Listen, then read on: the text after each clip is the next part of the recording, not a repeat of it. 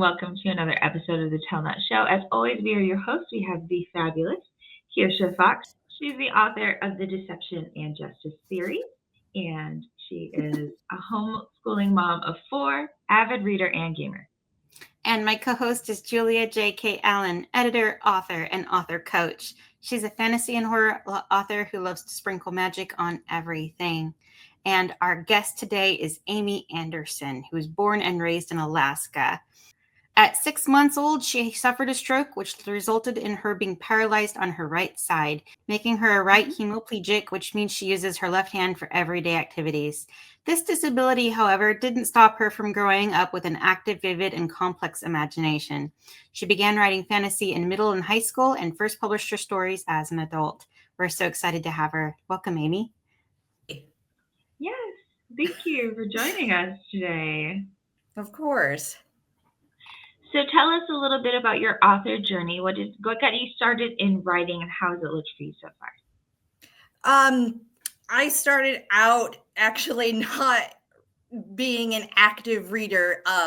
With my disability, I had brain damage, and that caused me to struggle with reading. And over time, one of my goals was to conquer it, and through that it was by just reading books, as many books as I could, different genres. And over time I just realized, I was like, wow, it opens so many doors reading. There's different possibilities, and I just through the different authors, I was just like, wow, my world was open to, hey, I can make up stories for a living and create my own world and live vicariously sometimes through my characters. Yes.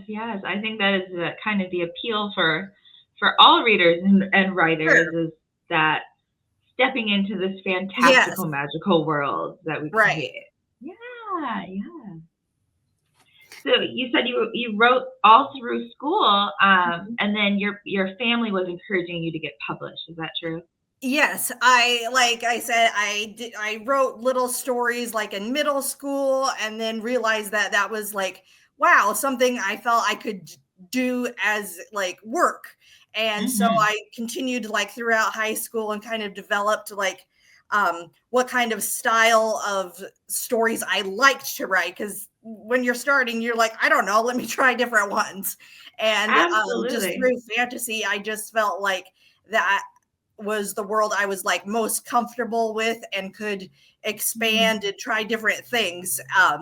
And I used to read like bits and pieces to my family, and they're like, oh, that's really good, but they didn't know how to help me like pursue that, so to speak. And then my husband was like, well, let's get this, because I read the book that I published now to my husband when he was sick, and he's like, oh, we're getting this published. So he kind of really helped me to push to actually look into places to get published and to send it out and to get the process started. So that really helped a lot.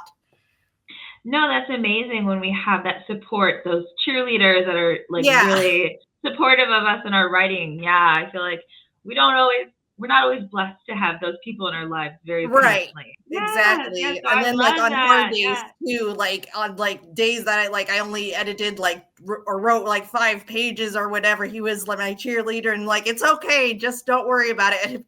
Where I would be hard on myself, Right. He'd be like, no, just breathe. It's okay, So I was like, okay. Oh, that's wonderful. Yeah. We often are just our worst critics. Yes. Yeah. For sure. Yes. I know I beat myself up a lot about things. I'm working on it though. We're working on being kinder to ourselves in 2025. Yeah. It's funny how some authors can be like, oh, darn, I only wrote 5 pages today. And others are like, I wrote 5 pages today. Yeah, exactly. Right. Yeah. Adopt the mantra of progress is progress. Some days the words don't go, but you made progress. Yes. Right. That imagination bit is also part of the writing. Yeah. We love that too. I love using that excuse of like, oh, I'm not daydreaming. I'm just thinking about my story. Exactly.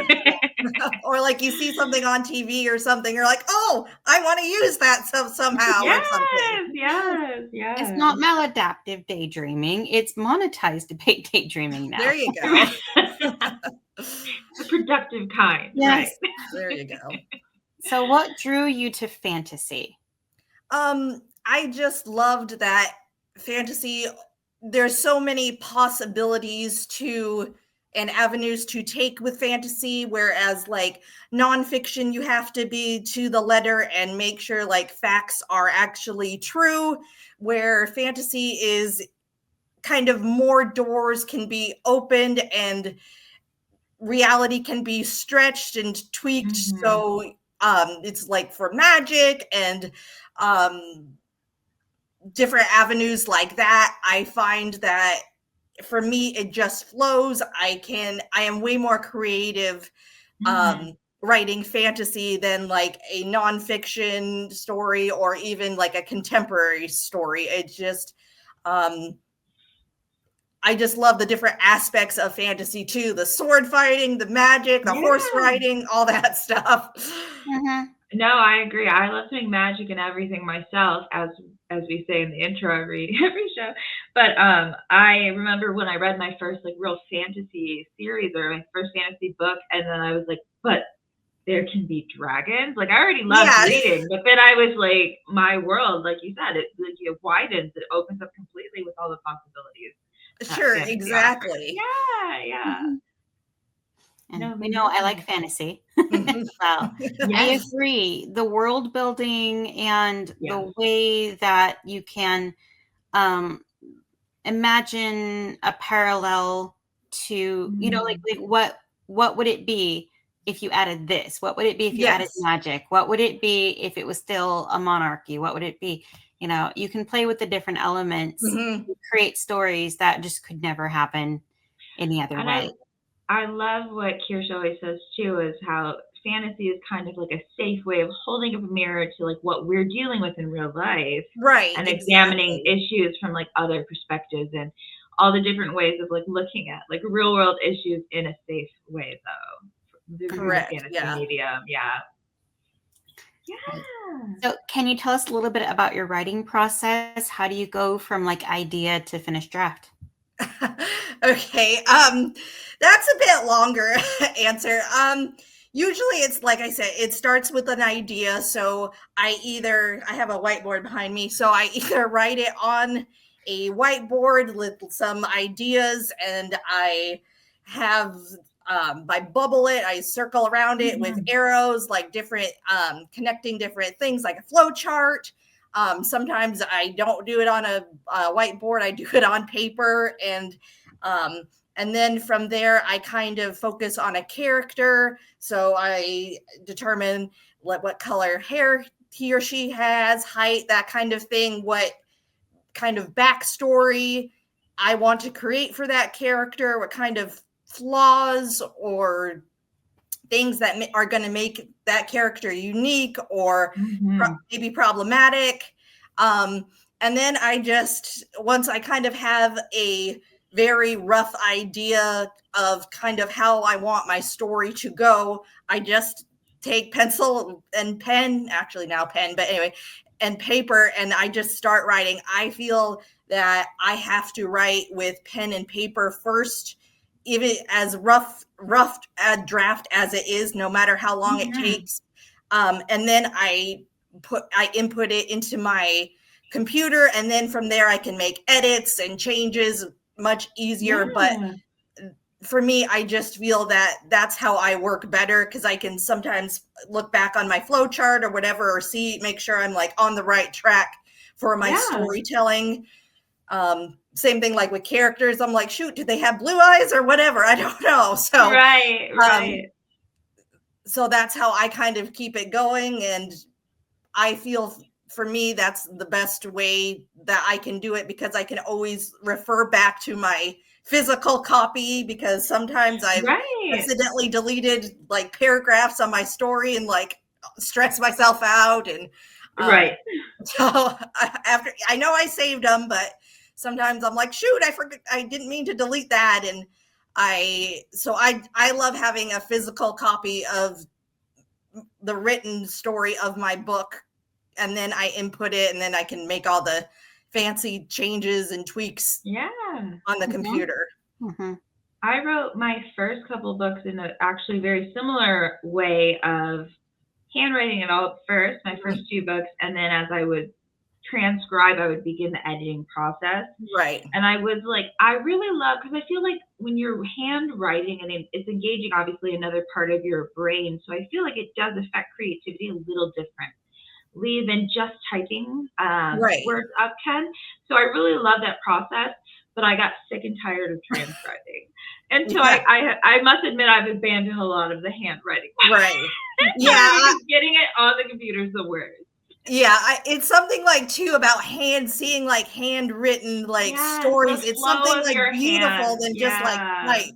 Like I know type's the way in computers, that's the way of the world, but I don't know, it's something like a lost art kind of. So it's like one day I know I'll probably just all write it on the computer, but until then. No, if it engages your creativity in a fun new way, I say keep going.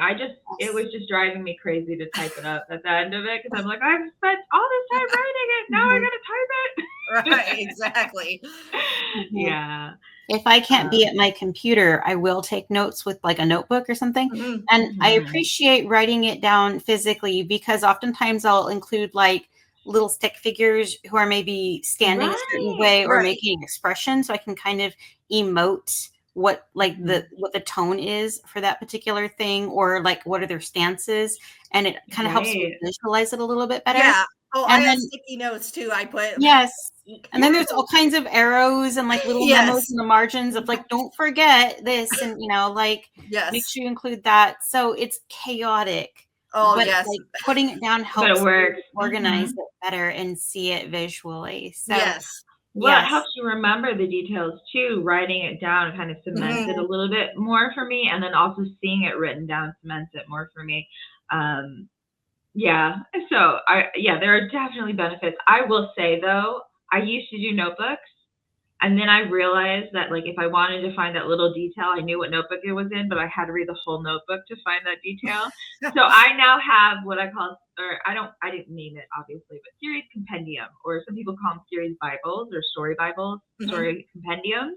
And so it's like I have like the blurb in one section, and then character sheets in another section, and the outline, and like all my notes and setting and world building in different sections. So it's like I can easily find that information because it's organized, and I can move that around in a binder very easily. So that's what I find saves my life, because I'm like, I do not want to read every notebook I ever wrote in. Yeah, I find I have like notes that I need to get sticky notes for, and I don't have them. So like I just grab scrap piece of paper, and like there's all these scraps everywhere. And I'm like, okay, is it this note that I have or the other one? Right. The nice thing is though, they do make folders for binders, so you could always just like throw all the notes in. Exactly. So like, saves my life. Yeah, I have a drawer that's just full of scraps and bits of paper. I don't want to save the whole notebook, so I'll just rip out the 5 pages that are my notes and put them in that drawer just in case. I never look at them again, but I have them. Right. I have file folders of like different characters, of different like all the research of different things that I looked up that I need to get for later, and it's big. But it's always about finding what method of organization works for you. Definitely. Yes. I'm like, I know it's somewhere. I know, and that's why I love the binder, because I'm like, I can find things so much easier. But it's a lot of work to get it set up initially. That's the hardest part, I think, is getting it set up, so that way when you're ready, you're like, aha. I know. That's what happens. That's what happens in my life. Like my sister got me a pill organizer just so it'd be like nice and neat, less of a production every day. But like filling it, I gotta always remember to like set aside time to fill it, or else I just revert back to like my little gremlin method pre-calendar. But getting back on track, what do you think is the most important part of writing to you? I think for me is having a good story, like plot line for your story, because I feel that even if it's like a retelling or something, you have to have a strong backbone or core to what you are writing, because you can always make edits, you can always tweak certain things, but if you have a strong storyline, I feel the other characters come easier. Edits can come easier by tweaking different things, because if you have a strong plot line, then I know for me, like, I know where my story's going. I don't know how I'm going to get there. There's going to be a lot of probably hurdles and stuff, but I know the end goal of what's going to happen, essentially. So, and like all of the other, details and like side plots, that all comes later, and that's the fun part. Yeah, no.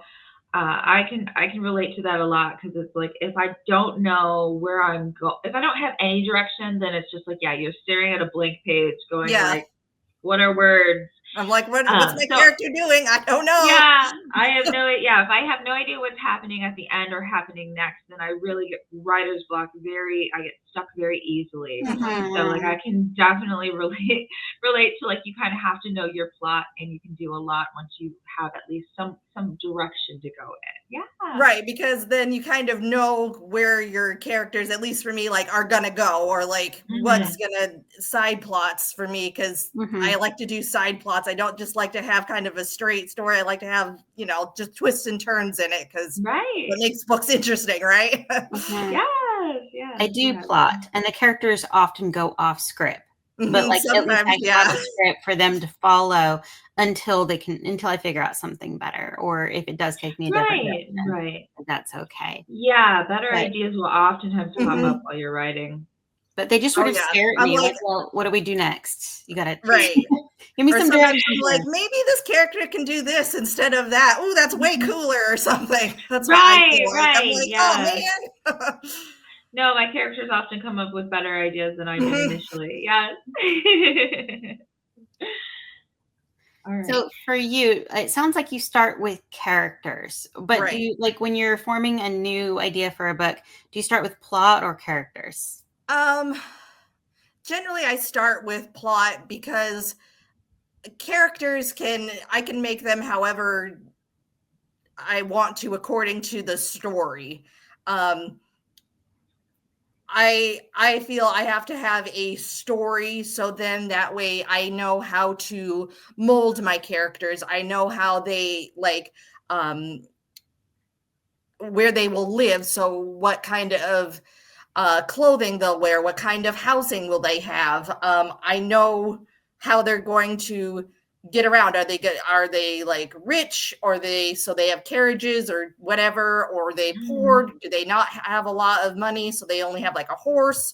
But I feel that if you have a good story, even if it's just not that much meat of it, you can always flesh it out later and build upon that small story or idea. So this is one of my favorite questions to ask, even though I know it's like the hardest question. Okay. Who's your favorite author or authors, and what do you think they do well? Well, that's easy. One of my most people can't narrow it down. So I can. This one's easy. One of my favorite authors, and actually the author that got me really starting to my love of reading and my reading journey, was a British author named Brian Jakes. He wrote the Redwall series, which is actually the books behind me.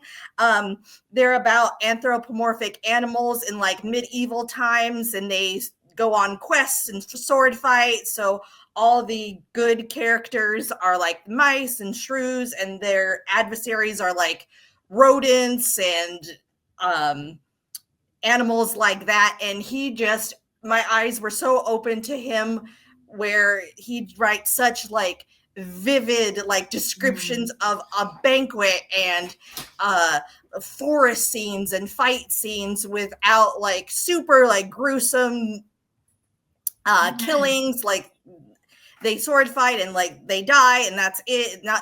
He doesn't really go into details about the deaths, but he writes such vivid like scenery scenes where they're in a forest and there's it's my eyes were just opened and I'm like, wow, I just get lost in the world that he creates, and it's amazing. Another author that really just got me inspired and like added different things was Charles Dickens, which may sound kind of weird because I write fantasy, but he writes such different, like gritty characters where if the character is really bad and malicious, he doesn't like sweep it under the rug. He doesn't, he's redeemable. He's not. Charles Dickens is like, nope, this is it. This is his motivation. And I was like, wow, that's amazing. Again, I think he writes such unique, detailed, and layered characters that aren't just like one-sided. They're like an onion. You just got to peel. There's so many layers to them. So those two are like my probably two faves authors that really kind of helped me kind of keep in mind always when I'm writing, like, oh, okay, how can I either like describe it better or without being like too wordy, because sometimes that's like too much while I read. Sometimes, not all the times, but sometimes I'm like, okay, I get it, you know. But those two authors really just showed me how to write such like different takes on like scenery and characters, and they just opened my eyes to how kind of I try to emulate their style in a way.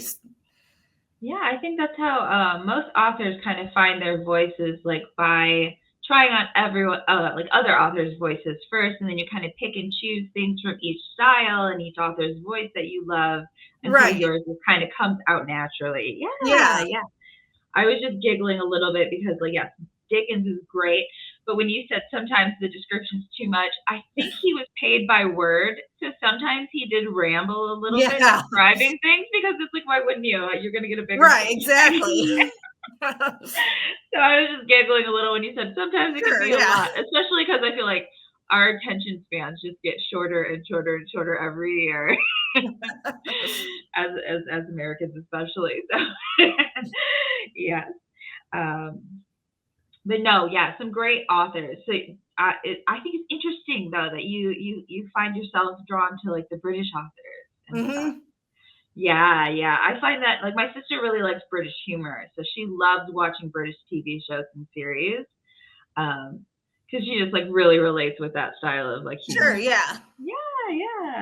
Same as well. When I'm writing, I tend to use a lot of like English spellings for the words, and then when I have to do my final draft, I have to like take them all out and make it Americanized. Really sad. I am like, but gray with an E is the better gray. Yes, I do. I always use gray with an E. I always do. As an editor, I say, like, you can have your little quirks where even if it's the British way, you can do it that way as long as you're consistent. Most people won't mind gray with an E, but like, the one thing they do mind is like they do punctuation different, I think, in the quotation marks and stuff, the double quotes and stuff. They do different. So that's the only thing I don't recommend doing British style, because you will just have a lot of reviews about how you don't know punctuation. Like, American readers are savage if they think you just don't know any better. They're just like, you don't know how to spell. Why all the use? But yes, I really did enjoy Brian Jakes as well as a kid. Like, and I bought the books for my own son. I'm like, here, read these. You're gonna love this. Like, it's a lot of fun to share them now. But, and I like reading them too, because they're for boys or girls. Like, it didn't matter. That's kind of how I wanted to write my stories. It wasn't just, it's just a girl power. This is a girl. Like, no, I wanted it to appeal to everybody, you know. I feel it can be enjoyed more that way. I liked how it was magic and fantasy, but you never really lost sight of the fact that these were animals that you were Right. dealing with. Like, it really did have bearing Right. on the story and Yeah. their You almost personalities and forget that they're experiences. animals. Yeah, you never forget. Right. It was sort of like that feeling you got when you watched The Secret of Nim the first time, the I animated. love that. I Yes. loved Oh my God. like having that feel again. So anyway, yes, I love the authors you've chosen. Yeah. Those are wonderful. Yes. Yes. I always recommend Redwall. Yes. It's not everybody's taste, but I'm like, they're so good. They are. Should reread them again. Hmm. All right. If you could tell an author one thing, a new author, what would it be? That's tough. Keep at it. It's Yes. it's hard work. And sometimes getting started is the hardest part. Yeah. But just getting it down, whether on the computer, on paper, on electronic, any way you get it down, I feel it's more important to get it down somewhere than to just, oh, it's something that I want to do, or I think I can do this. Just get it down, because once it's down, you can input it into the computer, or if you like writing, just write as much as you can. Hmm. And just keep at it. It doesn't, I never worry with, like, when I'm writing a story, editing or how correct my grammar is, or Right. that's scary. But it's more important for me to get the ideas out of my head and onto paper. And because sometimes I feel if I lose track, or if I forget the idea, if I don't write it down, then it's going to be lost. And then it's a missed opportunity, I feel. Mhm. But getting it down, either like on the computer or however anybody writes, I would just say, just start it, whether that be 15 minutes a day or 20 minutes, or set a time. Just get it down, because then you can look back and be like, hey, this week I wrote this, or I got this. But that's what I would say, because that's how I felt. I just wanted to get it written down, or get my ideas for that day for characters or whatever down, because then I can be like, okay, I got that done. Right. That's not Right. going anywhere. I can always change it later, but Yes. Yeah. No, that is very true. Yes. Yeah. That Progress is progress. yes. Yes. Yes. I was literally going to say that too. Yeah, no. And like what Louis L'Amour is the one that said, you have to turn on the faucet if you want the water to come, or something like that. Meaning we have to be writing, and for good writing to happen, we have to be doing any Yes. writing. Yes, yes. Get out a notebook, pull out your phone, start typing up in your notes. Like, Exactly. you don't have to be sitting at a computer. Right. You can be washing dishes and rehearsing scenes in your head. Oh, yeah. Right, You right. can I find that be- helpful. Yes. Mhm. You can be imagining, what are they wearing? What do they look like? What happened to them as children? Like, you can steal Mhm. moments throughout your day and make progress. Yes. Oh, I do that. Yeah. I think of something. I'm like, hang on, let me write this down. Right, Okay. right. Yes, save it. Especially Yeah. when you can find inspiration anywhere. Yes. Just the randomest Mhm. things just pop in your brain. You're like, oh, I know what happens next. I know about what happened to them now. Like, that's such a good idea. It has nothing to do with what you're looking at, but it did. Right. Exactly. Well, I find like when your hands are busy, your mind can kind of do the work behind the scenes. Mhm. Mhm. And it also makes whatever you're doing with your hands go much more pleasantly. Because you're Right. in your story world imagining things, and it's much more fun to do the dishes that way. I love doing it that way because, like I said, if you ever get stuck, like give your hands something to do, and your brain will just kind of keep Mhm. cooking in the background. I love it. For sure. I'm shopping sometimes. I'm like, oh, that's kind of a cool piece of clothing. How can I use that in a story? Yeah, for like Yes. visual inspiration. Yes, yes. Yes. Do you have a favorite part of writing? I think just actually getting right, the physical part of writing. Mm-hmm. Like I said, I don't really not pay attention, but don't get down on myself if spelling's wrong or whatever. Like when I'm creating a story, I just want it written down. Because I feel the more I get it down, I'm engaged, I'm excited about it. So I keep going. And there's days where my hands are like really cramped and hurts, and I can't hold a coffee cup, but I'm like, it doesn't matter. I did like 50 or whatever it is pages. I'm fine. It's fine. No, it's almost dangerous how good it feels when you have like you've written so much that your hand doesn't move anymore. Right, exactly. Or type like or whatever. I'm just like, oh, it's that's such fine. a good feeling, but it's also like my hand has died and I don't know if it's ever coming back. But exactly, it was yes. Yes, it was worth it though. No, I've been there where it's just like you are writing and the ideas are just flowing, even though your hand's like getting more and more painful. Right. And I feel that's the best time when like the creative juices are flowing. I just get as much down as I can. You're in a flow state. Take advantage. It's exciting. I'm like, yeah, I'm so excited because, I think I write good stories and I just like can't wait to share them with everybody. So right. No, it's so nice when it feels like they're just the words are flowing through right. you, not even involved in the process. Yeah. Do you have a least favorite part of writing? Editing. Without a doubt, editing. I hate it. I hate it so much. I know it's probably, I think, one of the probably most important parts, obviously, of writing, but I absolutely hate editing. It's, but I'm an author, so that's part of the job. But I've been trying to think of it as making it better than I had it written down. So I try not to get on myself too much and be like, okay, what better word can I use to describe something, or how can I make it not like just a better creative word than like sword or like weapon or like whatever it is. So I push myself. I've got my dictionary and thesaurus, and I'm like, okay, what can I use? What's different without being too wordy, or like what is that word? When people where did it come from? Yeah, they're like, what?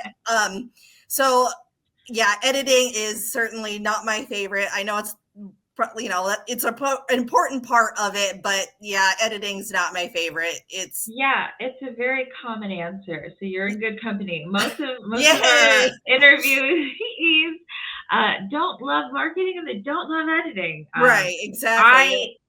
I am an editor, but I love editing other people's stuff. My stuff, I don't enjoy as nearly. I hate it almost as much as anyone else does. Other people's stuff though is fun, like because it's just like recognizing patterns and does this pay off, and like you can really analyze and conceptualize and like really dig into things. And it's like a fun little I love what you say about word choice, because in my opinion, I think the easiest ways to improve your writing style is vary word choice, like pay attention to which words you're choosing, and then vary your sentence structures. So structures and length of sentences, easiest way to really like make your writing go from like basic to like even better, right? So I love that you talk about word choice as like one of the things you do. Yeah, I think that's so great as like far as like improving writing. Yeah, right. And editing, I'm like, why did I write this sentence? It's really long. Like, why? Right. I get on myself. I'm like, that doesn't even either make sense or it's too long. I'm like, okay, let me chop it down somehow so I can still get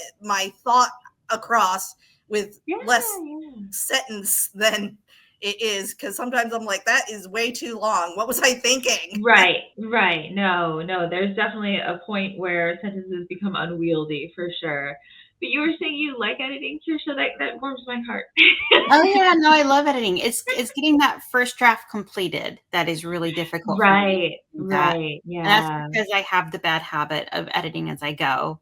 And like, and I feel like I have to rewrite the first draft 100 different ways before I figure it out just right. So when it's done, it's actually very, very close to done. So then on top of that, it's just editing, and I'm like, yay. But if I'm editing, like that's sort of my happier place than trying to figure out that like, what are they even doing in the first place? Making those initial decisions are hard. Yes. So, do you have any major influences on your writing? Not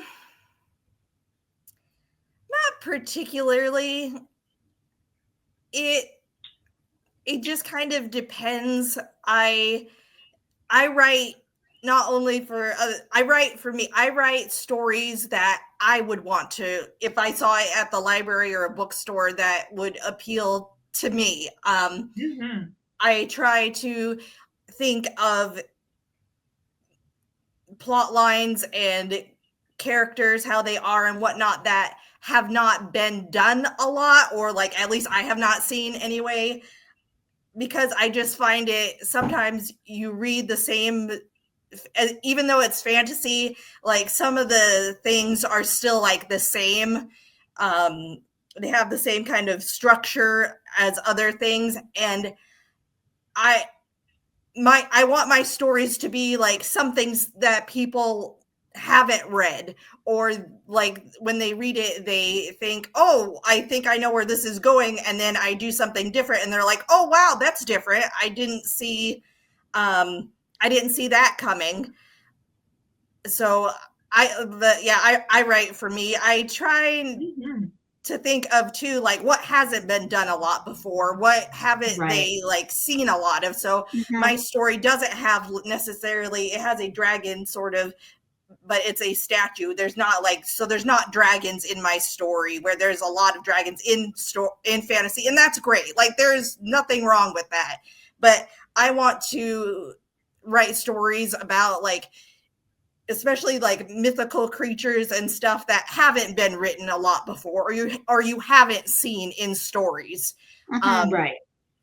Because sometimes fantasy stories for me, they're good, but they kind of repeat a lot of like what the character's doing, or like what's going to happen in a story.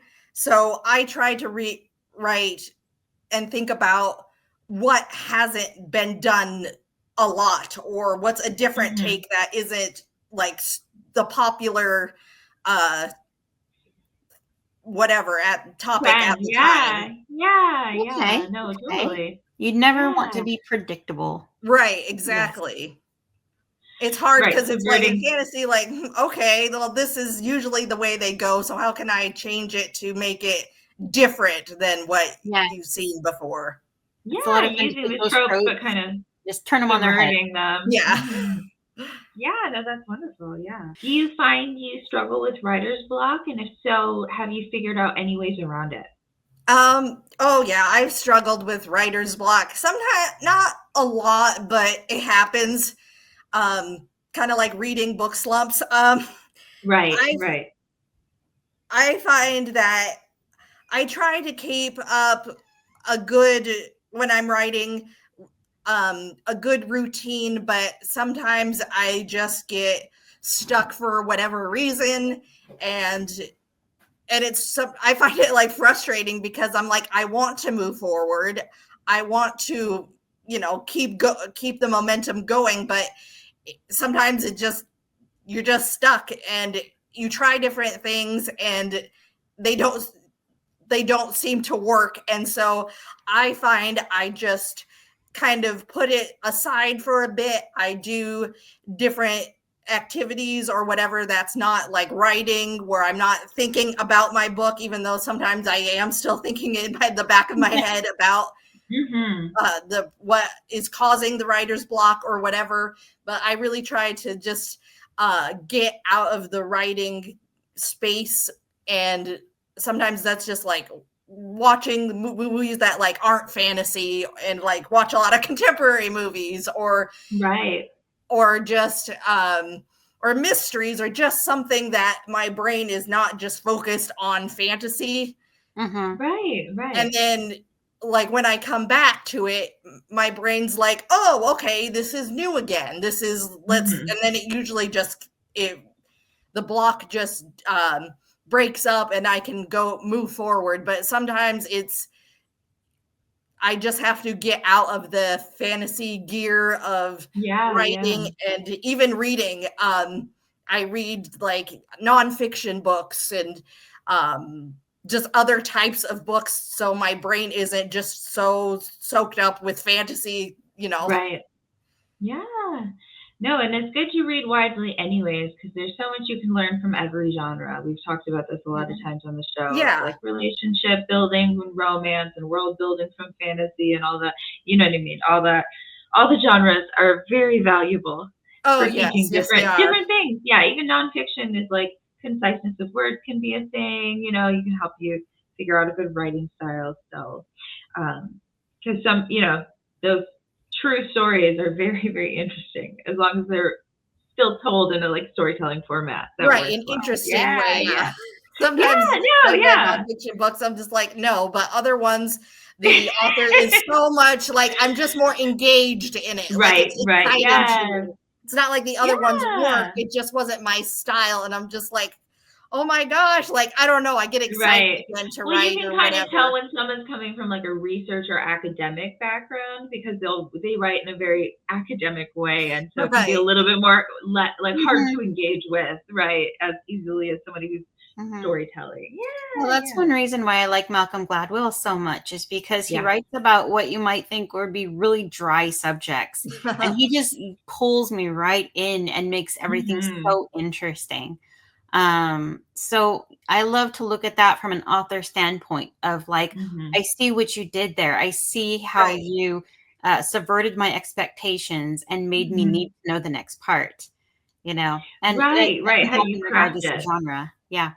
Yeah, yeah. I love that. Yes, me too. Yeah.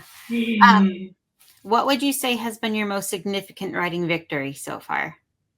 I would say, besides getting my first book published, which was the main goal for me at first, is getting the Yeah. sequel to my second book in the Legends story edited, and the process. I'm trying to get the process started to get it published. I'm still in the first editing stages, but Mhm.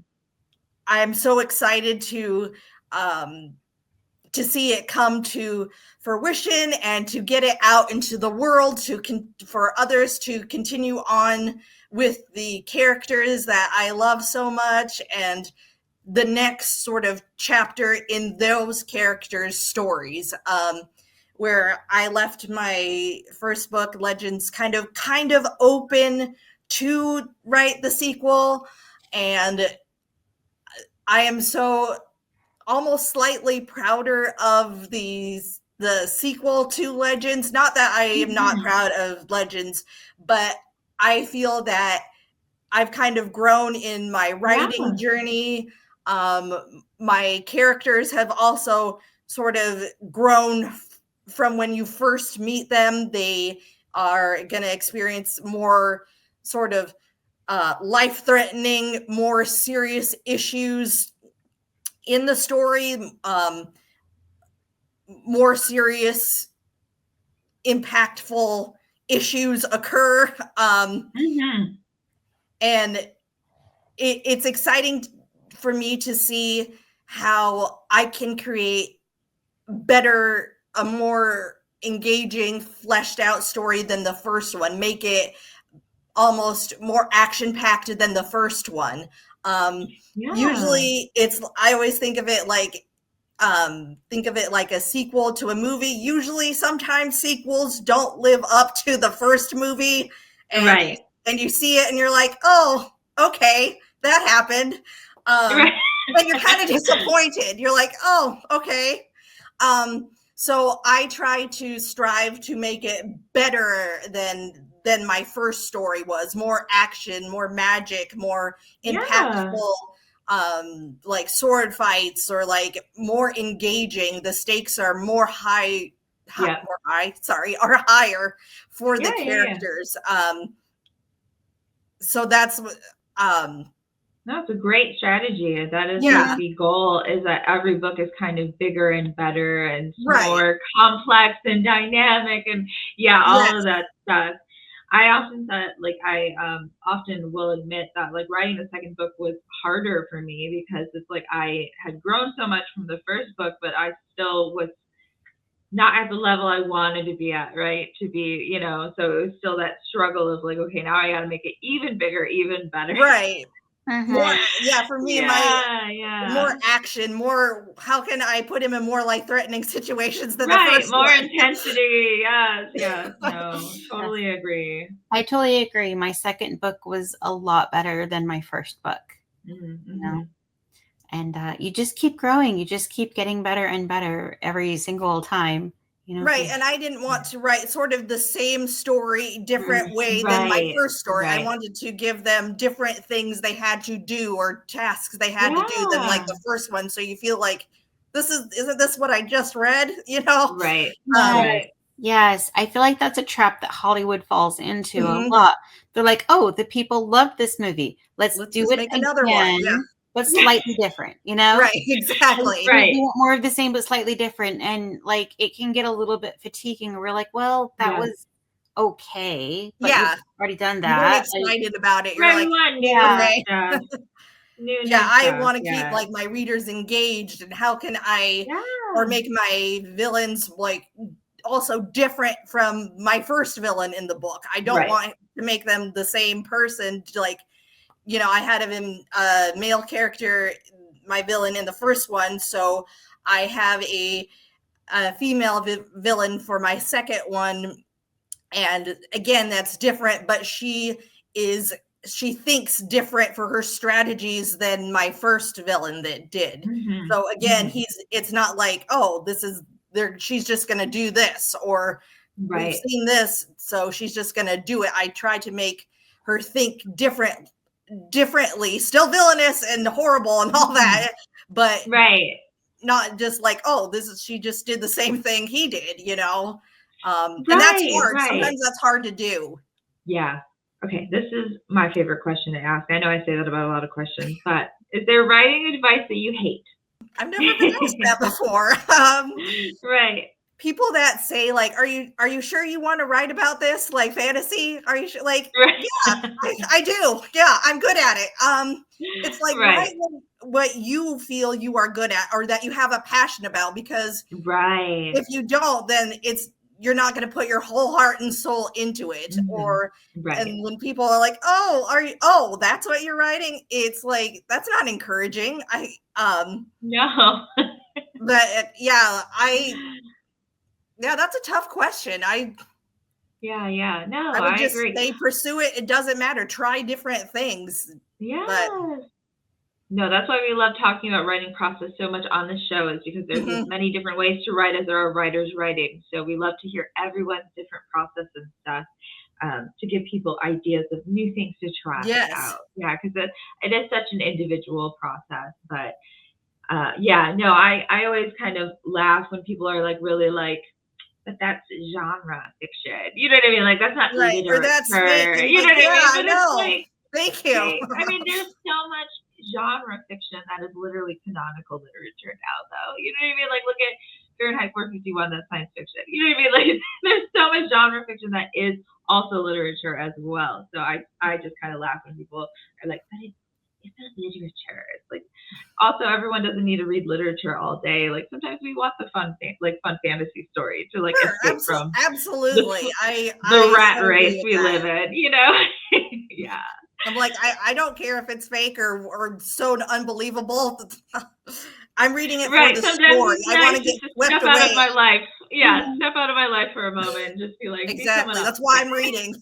I can't deal with the world right now. Thank you. Right. No, I love that.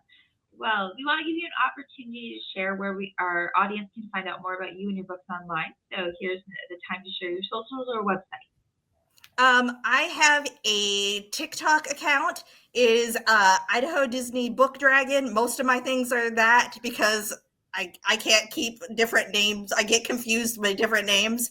I have an Instagram account, which is Idaho Disney Book Dragon. And I have a YouTube channel, Idaho Disney Book Dragon. And I'm the most active, I would say, on my YouTube channel and my I also have a Facebook page too, where I write different articles about my story. I feel that YouTube is for me, it's a good way to share my love of books, stories with people, and it's just like having a conversation. And TikTok is where I try. I'm not been very good, I'll admit, getting some TikToks out, but I do try to put little spoilers and make fun content for my upcoming story that I'm editing. But yeah, I'm on Instagram, but mostly you can find me on my YouTube channel. Not only I try to do a monthly book chat where I just talk about different subjects. And yeah, it's a blast. And then I have a Facebook page just dedicated to different articles more in detail about my writing process of Legends, Orbs of the Elements, how I kind of created and crafted my characters, and all kinds of different articles like that. All right. Wonderful. Do you have your book handy? Do you want to show us the cover? I do have my book handy. I thought. All right, let's zoom in on you again. Wonderful. All right. All right. Thank you so much. And thank you so much for taking time out of your busy schedule to join us tonight. Well, thank you for having me. I was so excited. Yes, we were very excited too. It's been a wonderful conversation, so we appreciate all the insight.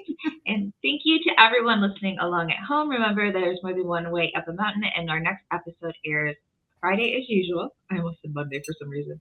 If you're interested in being a guest on the show, you can find us on social media at The Tell Not Show or email us at thetellnotshow@gmail.com. Thanks again for listening. Thanks again for listening. If you enjoyed the show, consider subscribing and liking. We appreciate all the support. Julia J.K. Allen is an author, editor, and coach, and can be found at hijingsrudder.com. Kirsha Fox is an author, avid reader, gamer, and mother to 4, and you can find her at kirshafox.com. Thanks and see you next time.